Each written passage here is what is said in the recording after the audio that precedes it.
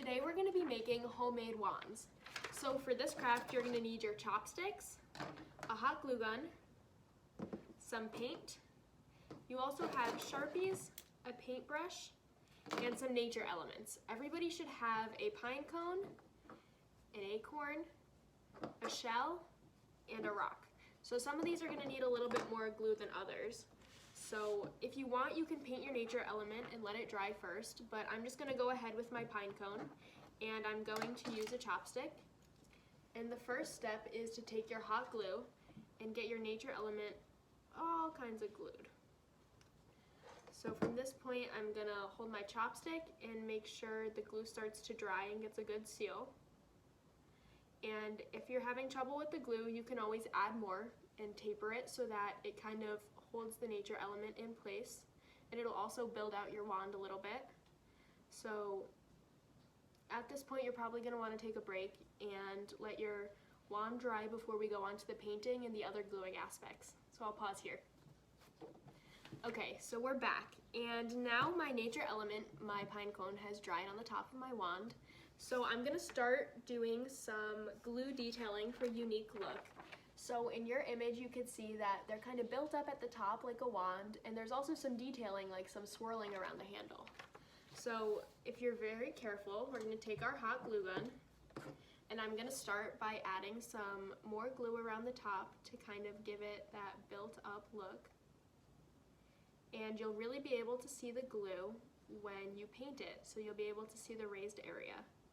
So I'm just going to start by carefully going around the top to give it a built look. And I'm going to go back around the base of my pine cone to give it some more structure and definition.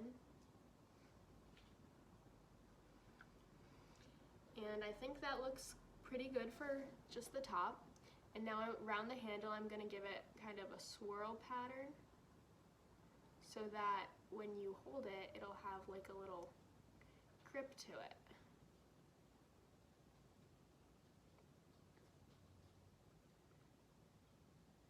Be very careful, you can see the hot glue gun steaming a little bit.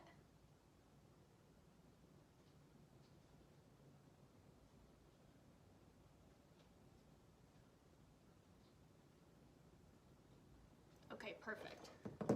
So now we're going to have to let it have some more time to dry. As you can see, I kind of did a swirl pattern around the handle. And we're going to let this dry. You can't really put it down on the table because you don't want it to get stuck to the table. So just hold on to it and make sure no glue drips anywhere on you or on your surface. And we'll come back in a little bit. Okay, now that the glue has dried fully, you can use your acrylic paints that we have provided, or other acrylic paints if you have those, and your paintbrush, and we can start painting the wand. Another helpful tip is that I just have a damp paper towel with me so that I can just quickly wipe my brush off in between colors. So for my wand, I'm going to start using the darker paint, and I'm going to do the little tapered part near my nature element, and I'm just going to paint that part of the wand.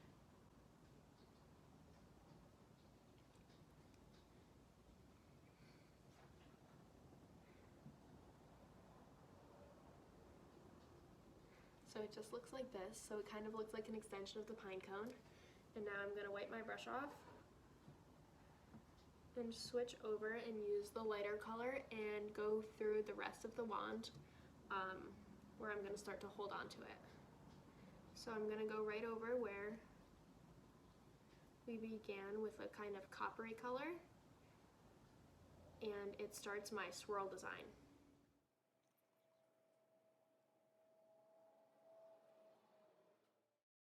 Alright, so as I finish up painting this, I'm very happy with the kind of coppery silver color I have for the base of my wand.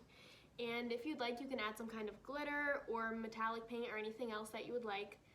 And with that, you have a wet but completed wand. So make sure you let it dry for a little while, and then it'll be good to go.